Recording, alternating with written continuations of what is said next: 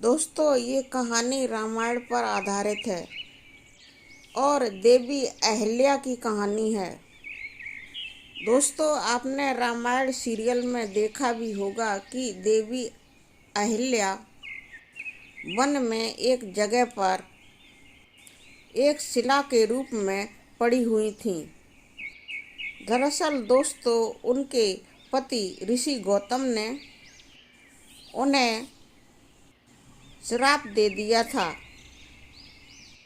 और तब से देवी अहिल्या पत्थर के रूप में वन में एक स्थान पर पड़ी हुई थीं। दोस्तों, प्लीज़ इस चैनल को सब्सक्राइब करके मुझे सपोर्ट करने की कोशिश करें। धन्यवाद। ऋषि गौतम ने अहिल्या को श्राप देते वक्त उन्हें बोला था कि श्री राम जब इस वन में आएंगे और वह जब तुम्हें अपने चरणों से स्पर्श करेंगे तब तुम वापस अहिल्या देवी के रूप में प्रकट होगी। अब दोस्तों, देवी अहिल्या तो पत्थर के रूप में वन में थीं और इधर अयोध्या में श्री राम का जन्म हुआ और वो धनुर्विद्या सीखकर जब बड़े हुए तो एक बार ऋषि विश्वामित्र, जो कि श्री राम के गुरु थे, अयोध्या में आए और राजा दशरथ से बोले कि हे राजन दशरथ, वन में राक्षसों एवं राक्षसियों ने ऋषि मुनियों के परिवारों का जीना मुश्किल कर रखा है। अक्सर राक्षस ऋषि मुनियों के आश्रम में घुस जाते हैं और उसे तहस नहस कर देते हैं। राक्षसों ने इतना ज़्यादा उत्पात मचा रखा है कि ऋषि मुनि बहुत व्याकुल हो गए हैं। अब हमें उन राक्षसों का वध अवश्य ही करना चाहिए। ऋषि विश्वामित्र राजा दशरथ के साथ राक्षसों के उत्पात के बारे में विचार विमर्श करते हैं और राम लक्ष्मण को अपने साथ भेज देने के लिए राजा दशरथ से कहते हैं। राजा दशरथ भला ऋषि मुनि विश्वामित्र को कैसे मना करते। वह उनके साथ राम और लक्ष्मण को वन में भेज देते हैं। राम लक्ष्मण भी सहर्ष ही अपने गुरु विश्वामित्र के साथ वन की ओर चल देते हैं। ऋषि विश्वामित्र उन्हें राक्षसों को मारने के लिए वन में ले जाते हैं।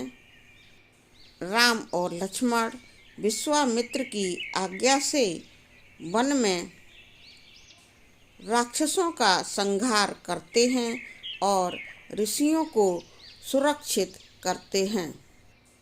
ऋषि मुनि बहुत खुश होते हैं और उन्हें आशीर्वाद देते हैं।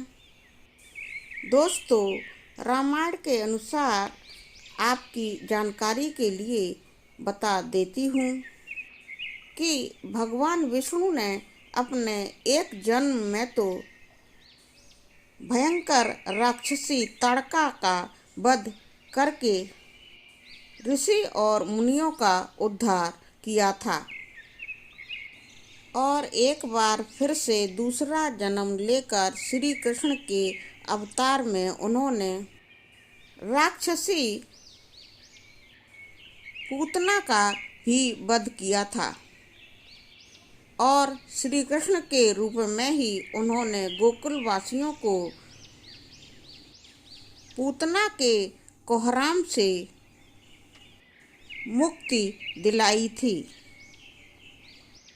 दोस्तों, त्रेता युग में जब विश्वामित्र के साथ जाकर राम और लक्ष्मण ने ताड़का एवं उसके साथी राक्षसों का वध कर दिया उस समय ऋषि विश्वामित्र राम के साथ में ऋषि मुनियों के आश्रम में ठहरे हुए थे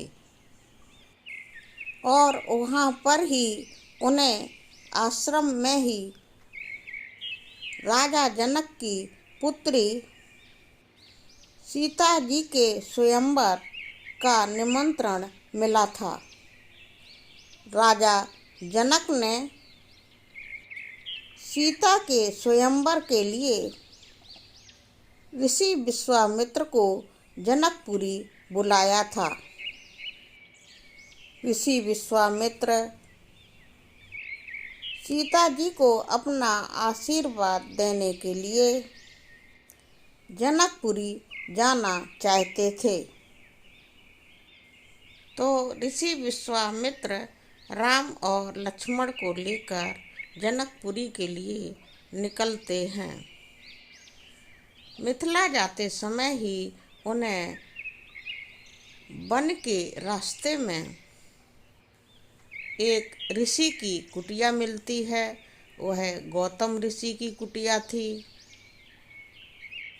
ऋषि विश्वामित्र कुटिया में जाकर रुकते हैं।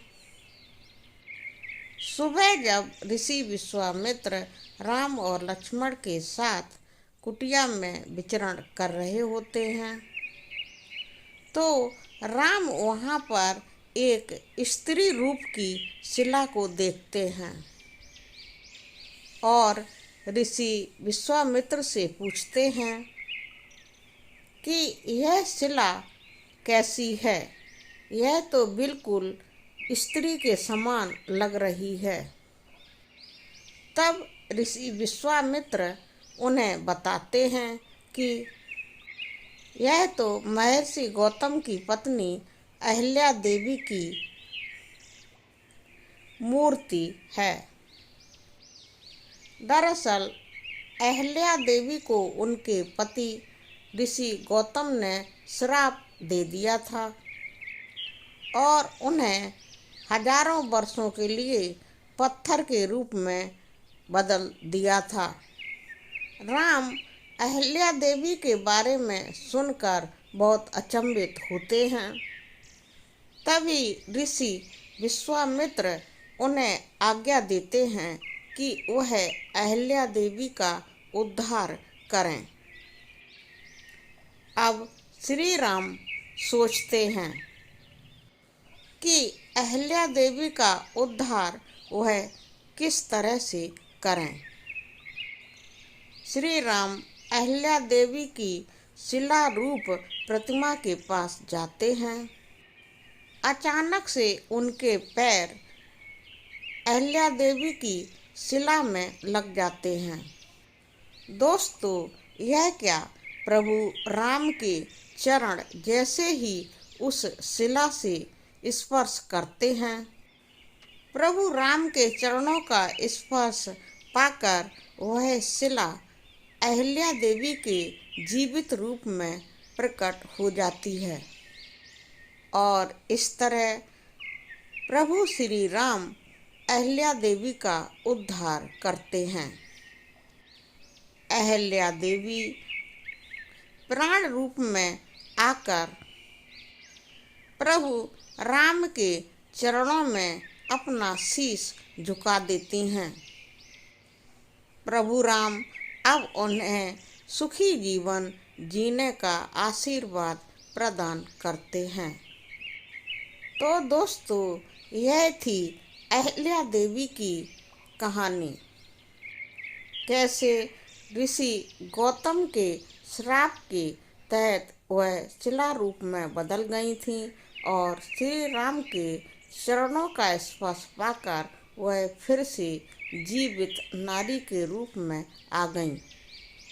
अब विश्वामित्र राम को लेकर जनकपुरी जाते हैं और सीता जी के स्वयंवर में राम को भाग लेने के लिए कहते हैं।